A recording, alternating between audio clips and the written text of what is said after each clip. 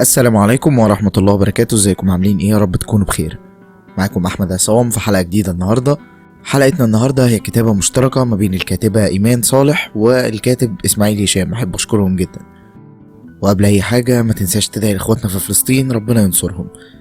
كمان ما تنساش تتأكد انك مشترك في القناة ومفعل زر الجرس عشان يوصلك كل جديد. وبدون مقدمات كتير يلا بينا نخش في حلقة النهاردة.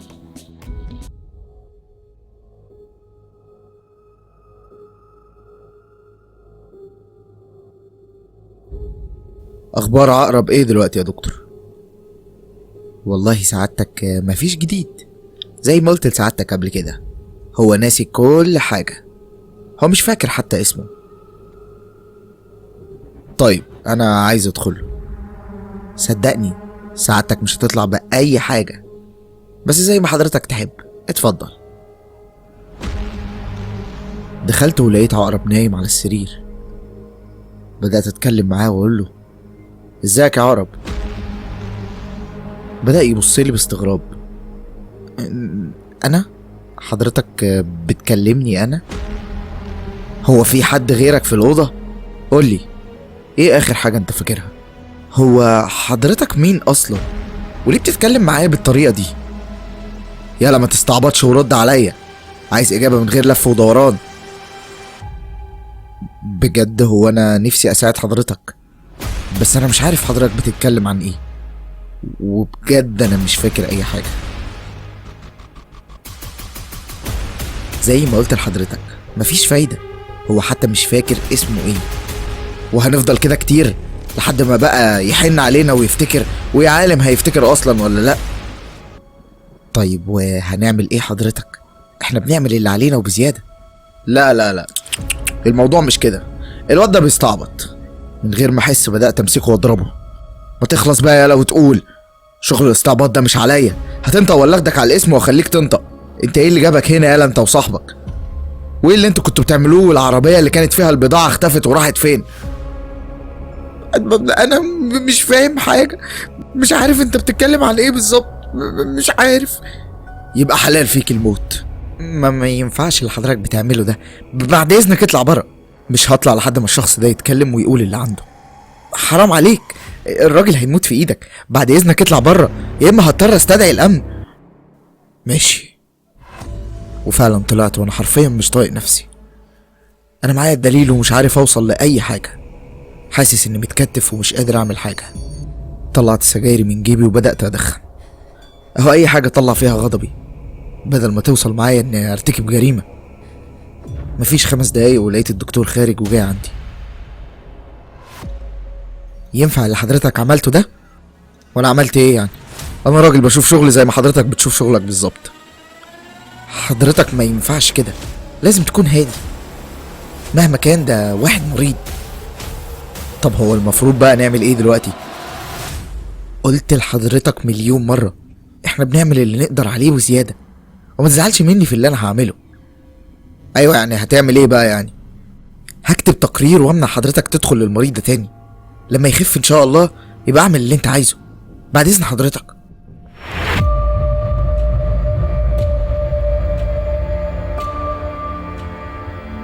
في منطقة صحراوية كان موجود شخصين. واحد منهم بدأ يتكلم وقال هما اتأخروا كده ليه؟ مالك يا عم ديب؟ في ايه؟ ما تهدى كده. اصل هما اول مرة يتأخروا.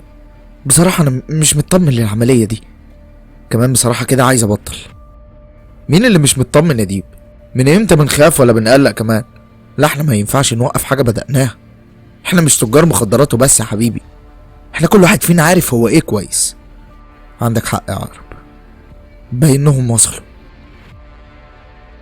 وفي الوقت اللي بيتكلموا فيه عقرب وديب ظهرت عربيتين، من ضمنهم عربية محملة البضاعة، والعربية التانية فيها 4 أشخاص. خرج واحد منهم وبدأ الكلام.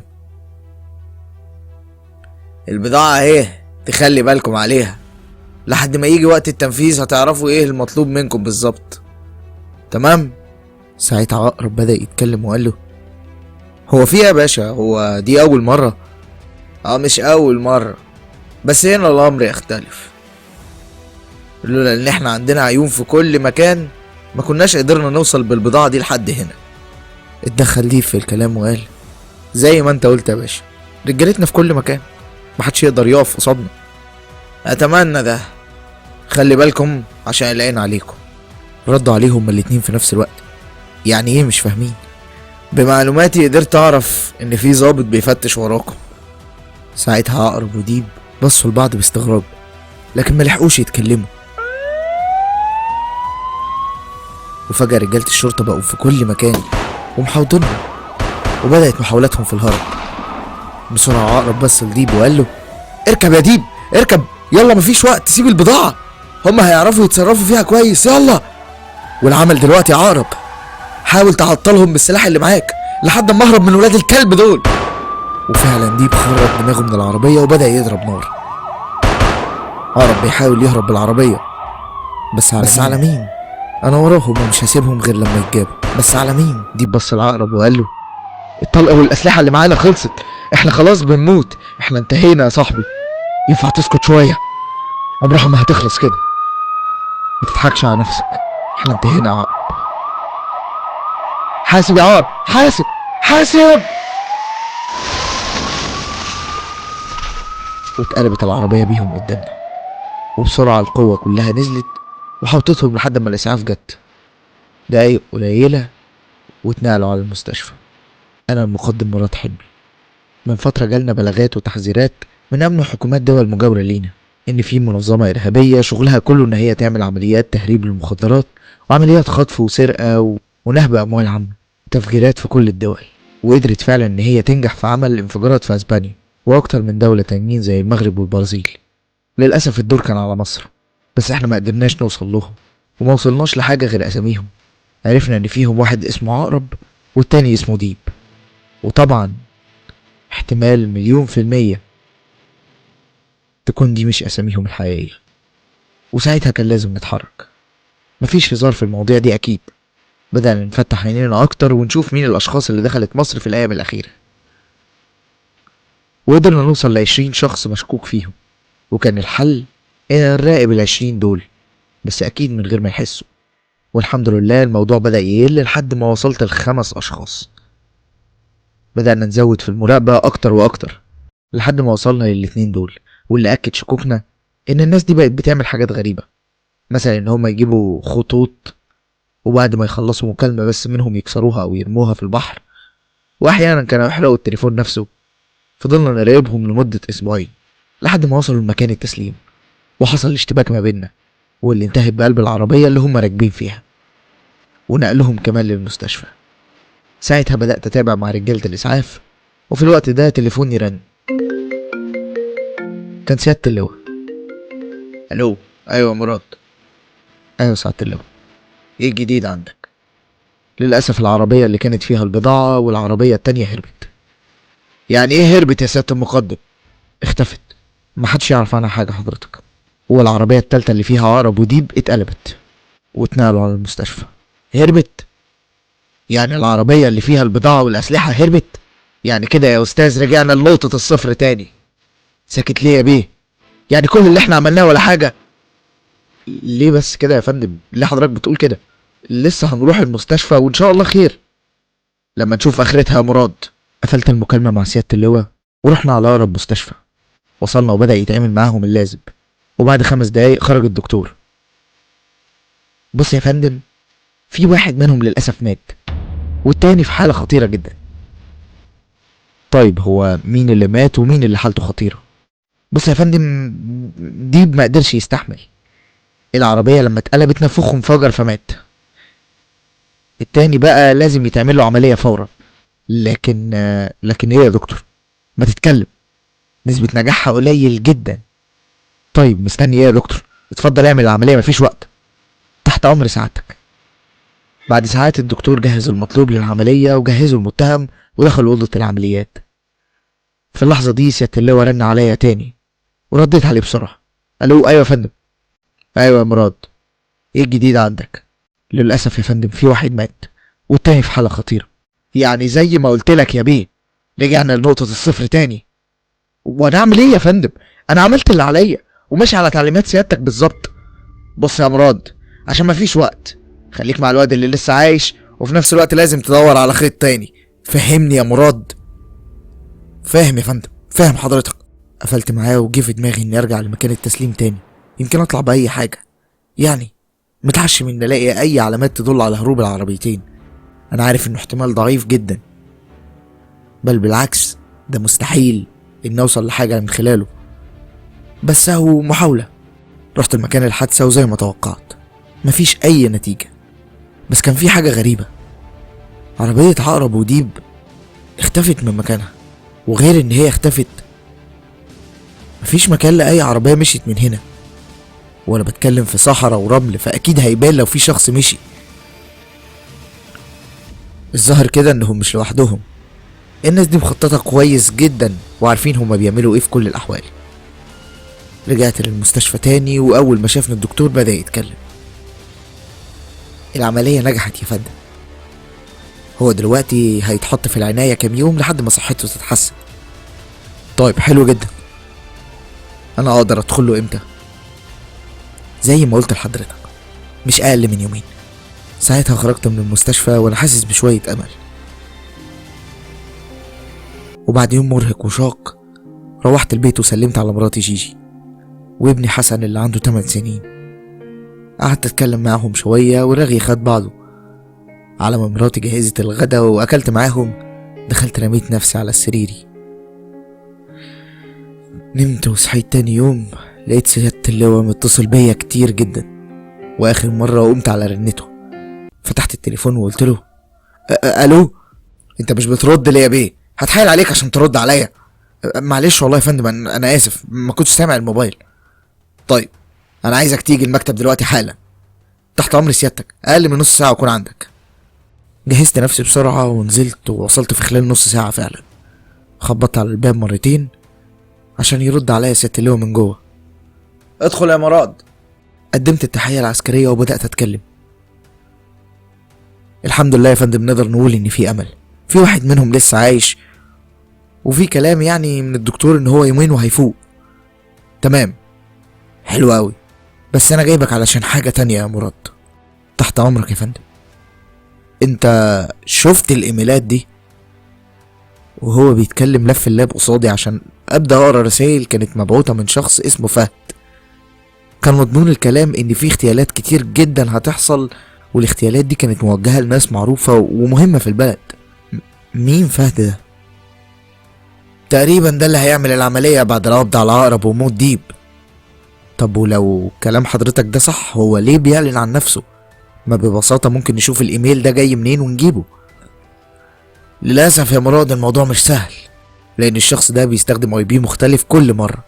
كل ما هتدخل وتتبع الايميل ده هيديك عنوان مختلف. قصد حضرتك ان هما بيلعبوا بينا بقى؟ بالظبط كده. طب عملت ايه انت مع عقرب؟ والله يا فندم على كلام الدكتور بيقولوا ان هو هيفوق بكرة. تمام يا مربيه، شوف شغلك كويس واشتغل على القضية دي، عاوزين نلحق الدنيا قبل ما الموضوع يكبر. تمام؟ تمام يا فندم. خد بالك العين دلوقتي على القضية اكتر، ففتح عينك كويس يا مراد. تحت امرك يا فندم، علم وينفذ. قدمت التحية وسبته ومشيت. ساعتها رحت على المستشفى على طول وانا حاسس ان خلاص العملية كلها هتخلص النهاردة، او على الاقل هعرف حاجة توصلني لنهاية القضية. رحت المستشفى واول حاجة عملتها سألت على الدكتور، واللي عرفت ان هو في مكتبه. وصلت لحد مكتبه وخبطت على الباب ودخلت. اتفضل. ازاي حضرتك يا دكتور؟ اهلا اهلا، اتفضل يا سيادة المقدم، انا كنت لسه هتصل بيك حالا. خير، في جديد ولا ايه؟ مش خير والله، مش فاهم يعني ايه؟ عقرب جراله حاجة؟ لا لا يا فندم، عقرب سليم وصحته بدأت تتحسن كمان. طيب فين المشكلة؟ عقرب جاله فقدان ذاكرة مؤقتة. يعني ايه يا دكتور؟ هو ايه اللي انت بتقوله ده؟ يعني عقرب يا فندم مش فاكر اي حاجة خالص. لا لا لا لا، ده مستحيل، ده لازم يفتكر اي حاجة، ده انا ممكن اترفد من شغلي لو ما وصلتش لمعلومات عن العملية النهاردة. بص يا فندم، بعد ما عملنا التحليلات والاشعاعات قدرنا نعرف ان اللي عند عقرب ده حاجة اسمها فقدان ذاكرة مؤقت، يعني مش هتطول، او يعني هو مش هيبقى معاه على طول، هو شوية وهيتعالج منه. ايوه يعني العلاج ده هيفضل امتى؟ والله سيادتك مفيش جديد، لسه مش عارفين مدة العلاج هتفضل قد ايه، وزي ما قلت لحضرتك قبل كده هو ناسي كل حاجة ومش فاكر حتى اسمه. طب انا عايز ادخله، صدقني سعادتك مش هتطلع بأي حاجة، بس زي ما حضرتك تحب، اتفضل. دخلت ولقيت عقرب نايم على السرير. بدأت اتكلم معاه واقول له ازيك يا عقرب. بدأ يبص لي باستغراب. انا؟ حضرتك بتكلمني انا؟ هو في حد غيرك في الأوضة؟ قول لي ايه اخر حاجة انت فاكرها؟ هو حضرتك مين اصلا؟ وليه بتتكلم معايا بالطريقة دي؟ يلا ما تستعبطش ورد عليا، عايز اجابة من غير لف ودوران. بجد هو انا نفسي اساعد حضرتك، بس انا مش عارف حضرتك بتتكلم عن ايه، وبجد انا مش فاكر اي حاجة. زي ما قلت لحضرتك مفيش فايدة، هو حتى مش فاكر اسمه ايه، وهنفضل كده كتير لحد ما بقى يحن علينا ويفتكر، ويا عالم هيفتكر اصلا ولا لا. طيب وهنعمل ايه حضرتك؟ احنا بنعمل اللي علينا وبزيادة. لا لا لا، الموضوع مش كده، الواد ده بيستعبط. من غير ما احس بدأت امسكه واضربه. ما تخلص بقى يالا وتقول شغل الاستعباط ده مش عليا، هتنطق ولا اخدك على الاسم واخليك تنطق. انت ايه اللي جابك هنا يالا انت وصاحبك؟ وايه اللي انتوا كنتوا بتعملوه؟ العربية اللي كانت فيها البضاعة اختفت وراحت فين؟ انا مش فاهم حاجة، مش عارف انت بتتكلم عن ايه بالظبط، مش عارف.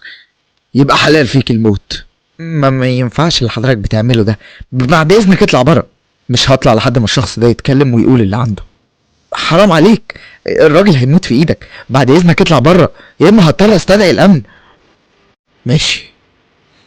وفعلا طلعت وانا حرفيا مش طايق نفسي. انا معايا الدليل ومش عارف اوصل لاي حاجه، حاسس اني متكتف ومش قادر اعمل حاجه.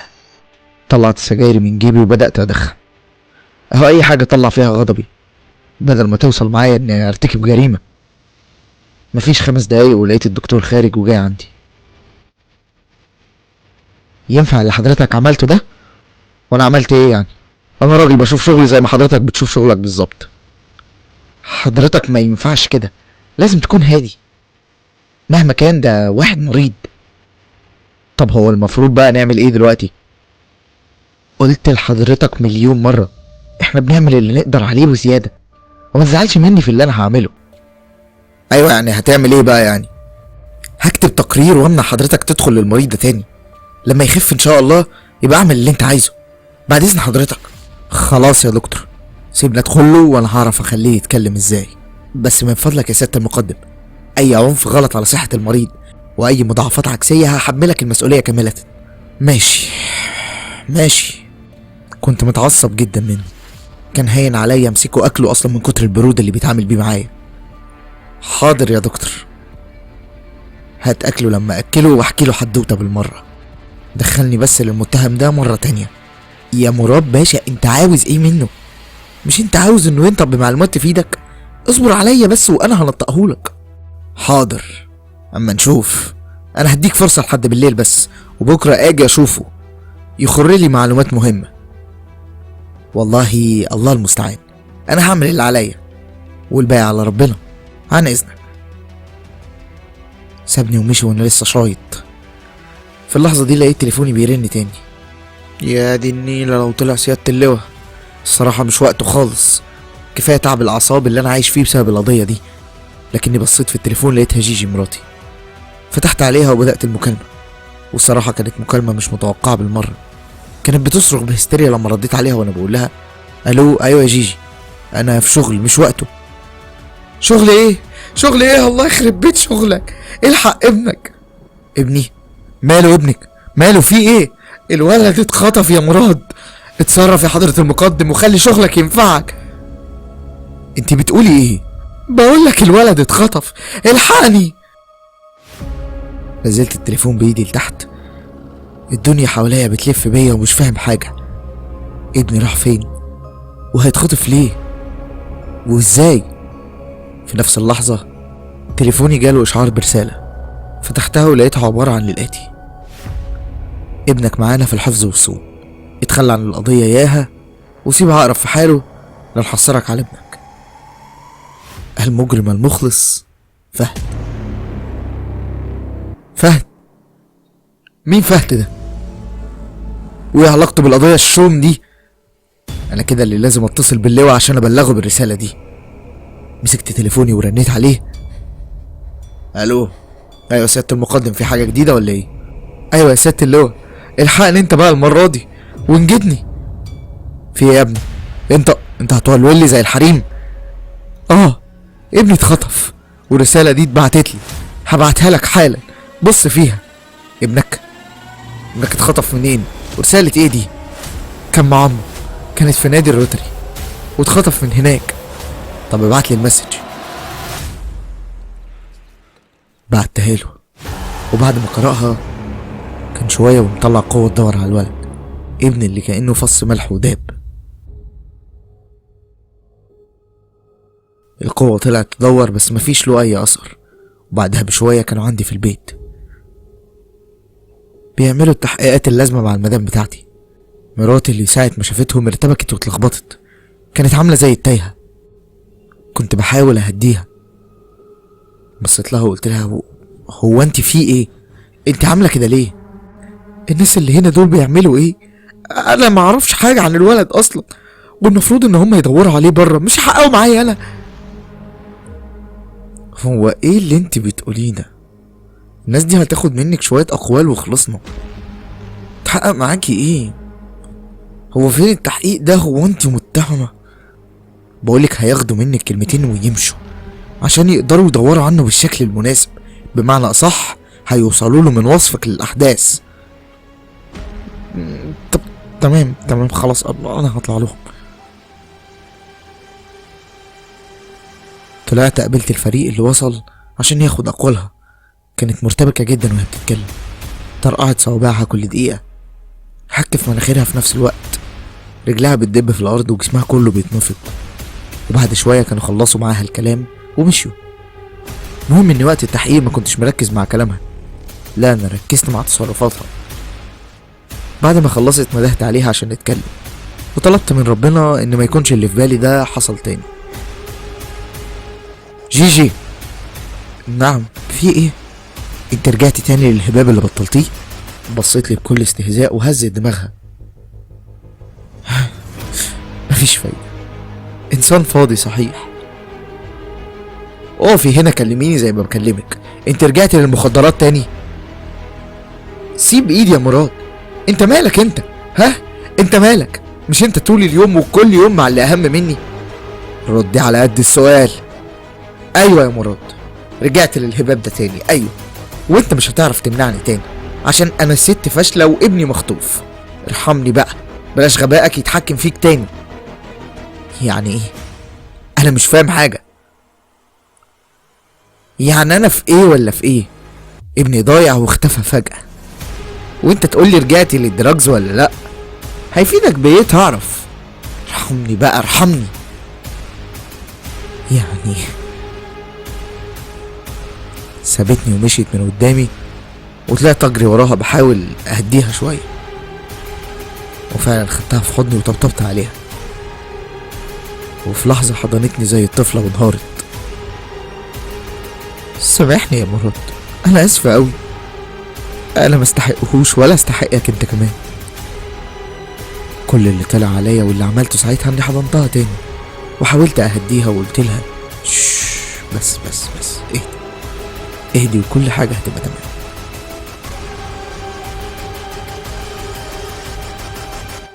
اتمنى يا مراد، اتمنى ابني يرجع وانت تكون بخير بجد.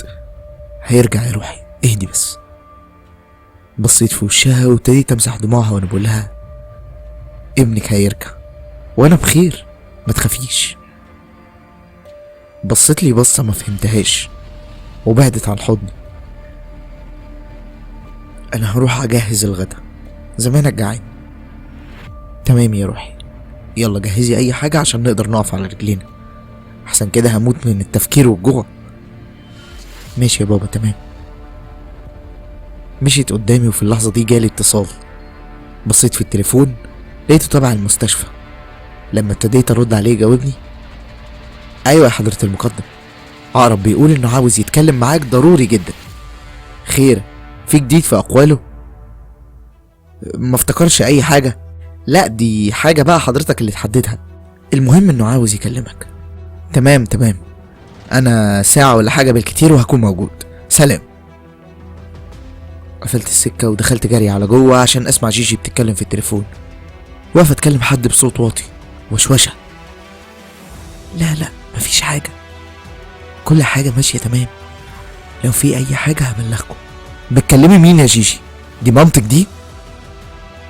اتنفضت من مكانها وتليفونها وقع منها في الارض وكأنها عاملة مصيبة. ايه ده في ايه مالك؟ قلت لك 100 مرة بلاش الاسلوب ده، هموت من الخضة يا اخي. وادي التليفون اهو، ربنا يستر ما يكونش باظ. سابت اللي في ايدها ووطت، خدت التليفون من الارض وطلعت بره وهي بتقولي: الاكل عندك، حطه واتغدى. بصيت لها جامد وما كنتش فاهم في ايه، وانا عملت ايه يستدعي الغضب بالشكل ده. المهم اني وقفت اغرف لنفسي الاكل واكلت وقمت عشان البس وانزل. في اللحظة دي وصلتني رسالة تانية جديدة على تليفوني، وكان مكتوب فيها: حلوة مراتك قوي، بس دي شكل وراها قصة كبيرة يا حضرة الظابط، خلي بالك منها عشان هي مش بعيدة عننا، ووقت ما نحب نجيبها هنجيبها. المجرم المخلص فهد. عقلي طار وانا بقرا الرسالة دي وطلعت اجري عليها، لقيتها واقفة بتتكلم في التليفون وبتضحك. ارتحت شوية وخدت بعضي ومشيت في طريق العقرب علشان اشوفه واعرف هو عاوز ايه. وفعلا لما وصلت لقيت حراسة مشددة واقفة على باب اوضته. عرفتهم بنفسي ودخلت لقيت في غيرهم جوه. فرحت بالاهتمام اللي كان حاصل، وبصراحة فكرته بسببي، وفكرت بقى اني ظابط مسيطر والحاجات دي، لكن للأسف عرفت ان الحراسة دي بطلب من المتهم. المهم اني دخلت وبدأت اتكلم معاه، بس المرة دي كان غالب على كلامنا الهدوء. ابتديت اكلمه تاني واسأله: ها يا عقرب، ايه الجديد؟ هتفضل برضو ساكت وعامل مش فاكر حاجة، ولا هتبتدي تتكلم بدل ما تشيل القضية لوحدك؟ رد بخوف وتوتر: هو ينفع اتكلم معاك بصراحة؟ يا عم يا ريت تخلصنا وتتكلم بقى. هو انا مش فاكر حاجة قد كده لسه، بس هو صحيح يا باشا، انا لو اتكلمت وحكيت في امل ان اطلع من بره القضية دي. على حسب كلامك يا عقرب، كلامك هيبقى عبارة عن ايه؟ كلام فاضي مفيش منه فايدة، ولا كلام مهم؟ على فكرة انا اللي طلبت الحراسة دي كلها عشان محدش منهم يقدر يأذيني. انا واثق انهم لو عرفوا اني اتكلمت هيقتلوني. كلامه ابتدى يشدني، الراجل ده شكله عنده كتير قوي بس خايف يحكي. عشان اطمنه قلت له: ما تخافش يا عقرب، لو اتكلمت وفتني انا هخلي تحقيقات القضية سرية، بس المهم انك لازم تساعدني في حل الالغاز دي كلها، وفي اني ارجع ابني كمان.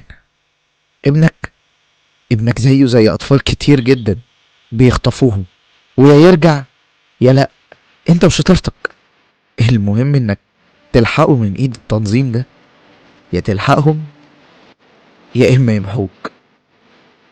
طيب انا مش فاهم اي حاجة، ينفع بقى تتكلم وتوضح لي ولا ايه؟ الكذب خيبة.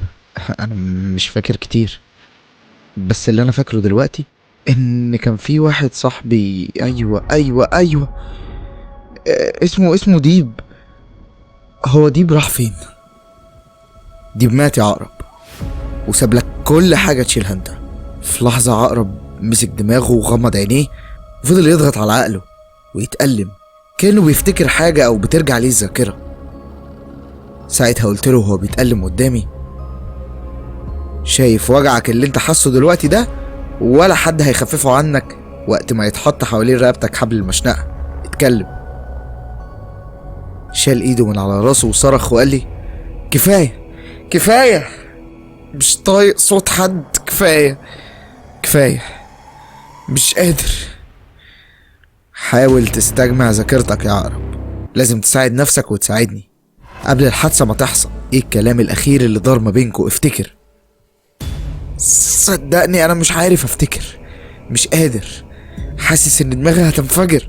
فضل يصرخ ويكرر كلام لحد ما فتح عينيه اللي كان مغمضها وقال لي ديب، الحادثة، البضاعة، العربية.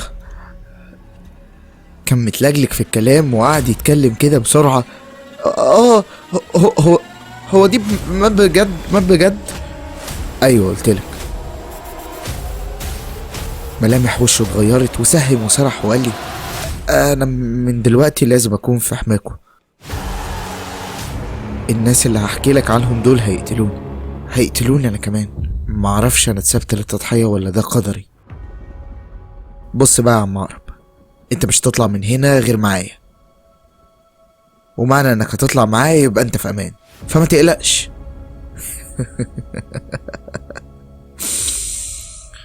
ومين قال لحضرتك انك في امان اصلا؟ جايب الثقة دي كلها منين؟ تقصد ايه؟ اقصد ان كلنا ممكن نكون ضحايا لتنظيم اجرامي بيتحكم في العالم كله، فيا وفي سيادتك وفي بلاد وقارات بحالها. فما تستغربش من كلامي واسمعني كويس. انا سامعك، اتكلم. انا معاهم من سنين طويلة اوي، كنت بحاول فيها ان ابعد عنهم بس مش عارف اخد الخطوة دي. تقولي عرفتهم ازاي؟ هقولك عن طريق الشارع. شاب مراهق بيجرب كل حاجة واتزق في الطريق ده، اتزق من صغره.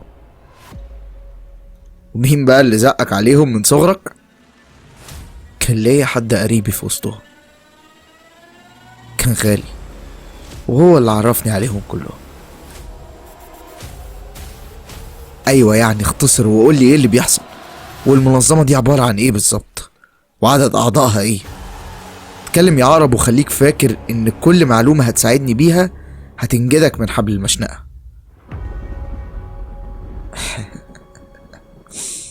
انا متأكد من كده، متأكد.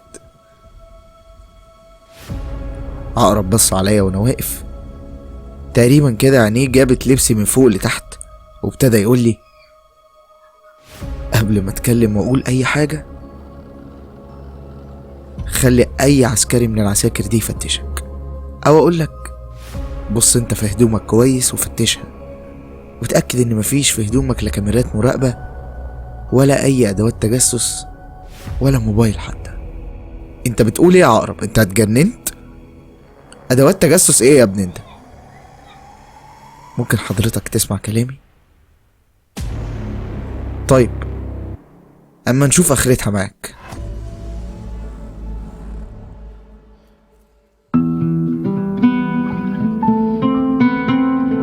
وبكده تكون خلصت حلقة النهاردة. حابب اشكر الكاتبة ايمان صالح والكاتب اسماعيل هشام على كتابتهم واعدادهم للحلقة، شكرا لكم جدا. حابب اشكر كمان ايمان اوركيد على تصميمها لغلاف الحلقة.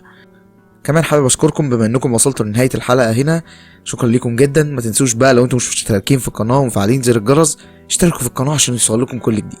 ولو الحلقة عجبتكم اكيد سيبولي رأيكم في الكومنتات واعملوا لايك للحلقة عشان ننتشر بشكل اوسع. كمان لو حد عنده قصة حقيقية حابب اننا نحكيها يقدر يبعتلي على الاكونت الشخصي تحت في الديسكريبشن. وبرضه لو عندك قصص انت اللي بتألفها وحاببنا اننا ننزعها تقدر برضه تبعتلي على الاكونت الشخصي تحت في الديسكريبشن. كمان ما تنسوش تنضموا للجروب بتاعنا على فيسبوك هتلاقوه تحت في الديسكريبشن. الجروب بنتناقش فيه في حاجات كتير، اوقات الحلقات، الاغلفة، الكلام ده كله، فانضموا ليه يعني مش هيخسر. كمان قبل ما نقفل كل سنة وانتم طيبين، عيد سعيد عليكم ان شاء الله. يلا تصبحوا على خير.